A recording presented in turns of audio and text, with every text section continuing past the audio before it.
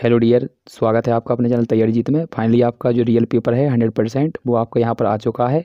आपने अच्छे से हल किया होगा गणित का पेपर, आशा करते हैं। ये आपका कक्षा 7वीं का विज्ञान का पेपर है 2024-25। ये आपका 100% रियल है और पूरे आपके क्वेश्चन जो 1 से 26 तक है सभी के आंसर आपको एक ही वीडियो में मिलने वाले हैं। यदि आप चैनल पर नए हैं तो चैनल को सब्सक्राइब कर लीजिए, साथ ही साथ जो बेल आइकन है इसे ऑन कर लीजिए ताकि आपको इसी प्रकार के वीडियो आगे मिलते रहें। तो आइए शुरू करते हैं। सबसे पहले ऑब्जेक्टिव क्वेश्चनों के सोल्यूशन। तो पहला क्वेश्चन क्या दिया गया है इसको देख लेते हैं। तो पहला क्वेश्चन दिया गया है, ऐसा पौधा जिसकी पत्तियां घड़े के आकार में बदल जाती हैं तथा छोटे छोटे कीड़े मकोड़ों का शिकार करता है। ऑप्शन है आपके बेल का पौधा, जंगली पौधा, झाड़ी युक्त पौधा या घटपर्णी। तो इसका सही हो जाएगा option number C, option number D यानी घटपर्णी। दूसरा क्वेश्चन दिया है, चीरने एवं फाड़ने वाले दांत कहलाते हैं। तो ऑप्शन है रदनक, चवर्णक, कृंतक या अग्रचवर्णक। तो इसका सही हो जाएगा ऑप्शन नंबर आपका ए। इसके बाद तीसरा क्वेश्चन दिया गया है, इसको पढ़ लेते हैं। तो लिखा है, हम जानते हैं कि धमनी सदैव ऑक्सीजन संबद्ध रक्त का परिवहन करती है तथा सिरा अशुद्ध रक्त को हृदय तक ले जाती है। फुफ्फुस धमनी के संबंध में कौन सा कथन सही है? तो यहाँ पर ऑप्शन दिए गए हैं आपके। तो ऑप्शन है पहला, दूसरा, तीसरा और चौथा। तो इसका सही हो जाएगा ऑप्शन नंबर बी, यह कार्बन डाइऑक्साइड समृद्ध रक्त को फेफड़ों तक ले जाती है। अगला क्वेश्चन दिया है चौथा, ऐसी गति जो निश्चित समय अंतराल के पश्चात अपनी गति को दोहराती क्या कहलाती है? ऑप्शन है सररेखीय गति, घूर्णन गति, असमान गति या आवृत्ति गति। तो इसका सही हो जाएगा ऑप्शन नंबर डी, आवृत्ति गति। पांचवा क्वेश्चन लिखा है, निम्नलिखित में से किस रसायन का उपयोग जल के शुद्धिकरण के लिए किया जाता है? तो ऑप्शन आपके दिए गए हैं यहाँ पर, कपड़े धोने का सोडा, डीडीटी पाउडर, क्लोरीन या फिनाइल। तो इसका सही हो जाएगा ऑप्शन नंबर सी, क्लोरीन। इसके बाद अगला क्वेश्चन देख लेते हैं, रिक्त स्थानों की पूर्ति कीजिए। तो उसके भी आपको अच्छे से नोट डाउन कर लेने हैं। तो ये रहे क्वेश्चन। तो ये क्वेश्चन रहा, भोजन के घटक हैं आपके कार्बोहाइड्रेट, प्रोटीन, वसा, विटामिन। तो इसमें आपको भरना है खनिज लवण। इसके बाद अगला क्वेश्चन है, क्षुद्रांत की आंतरिक भित्ति पर उंगली के समान अनेक प्रवर्धन होते हैं जो कहलाते हैं। तो यहाँ पर लिखेंगे इसमें रसांकुर या दीर्घरोम। इसके बाद आठवां क्वेश्चन है, बुखार आने पर डॉक्टर द्वारा शरीर के ताप को मापने के लिए किस उपकरण का उपयोग किया जाता है? तो थर्मामीटर। अगला क्वेश्चन है, हीमोग्लोबिन कोशिकाओं में पाया जाता है। तो लाल रक्त कोशिकाओं में। 10वां क्वेश्चन है, किसी वस्तु द्वारा एक अंक समय में तय की गई दूरी क्या कहलाती है? तो इसमें भरना है आपको चाल। तो आइए आंसर दिखा देते हैं। तो ये रहे आंसर सभी के, तो अच्छे से नोट डाउन कर लीजिएगा।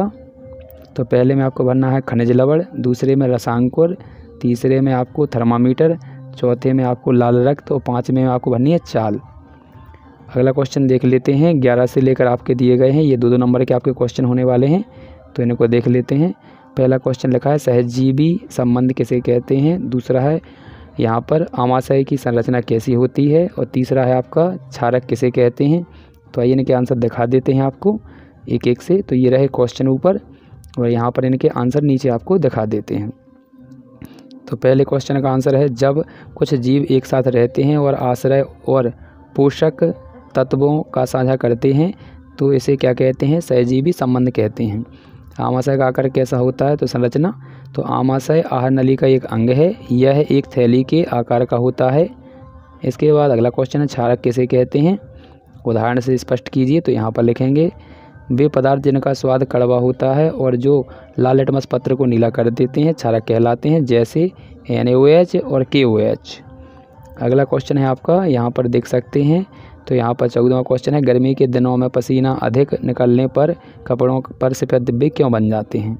इसका आंसर ये लिखा है आपका, देख सकते हैं। तो यहाँ पर क्योंकि पसीने में जल के साथ साथ लवण होता है, इसलिए पसीना सूखता है तो कपड़े पर लवण के कारण धब्बे बन जाते हैं।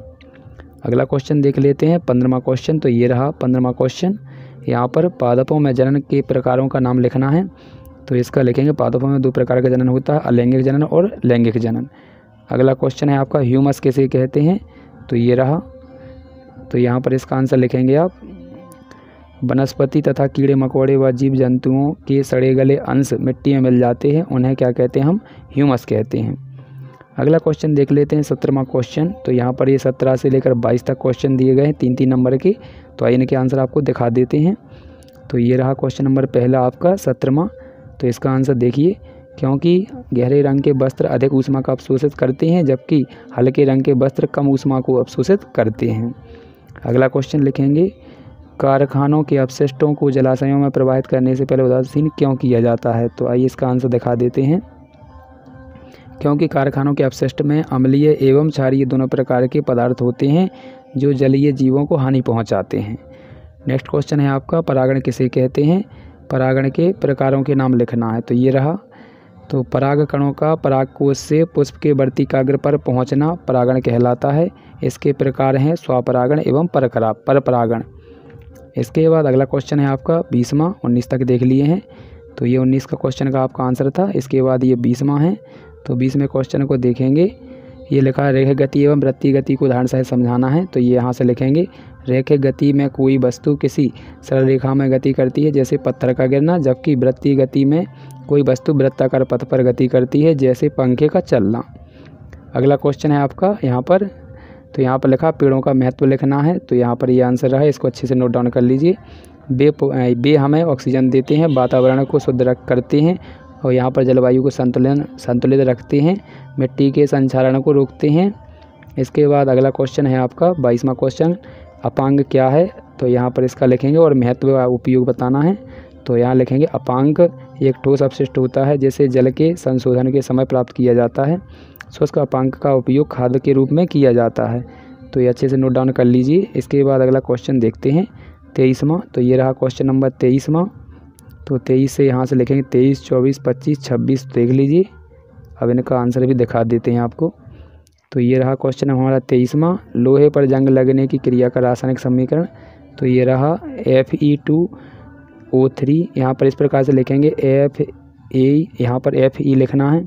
तो Fe2 और यहाँ पर O3 नीचे लिखना है, फिर X लिखेंगे और H, यहाँ पर H2O इस प्रकार से लिखेंगे H2O, ये सूत्र लिखा जाएगा। इसके बाद ये इसका सेकंड का आंसर है ऑक्सीजन एवं जल की मौजूदगी।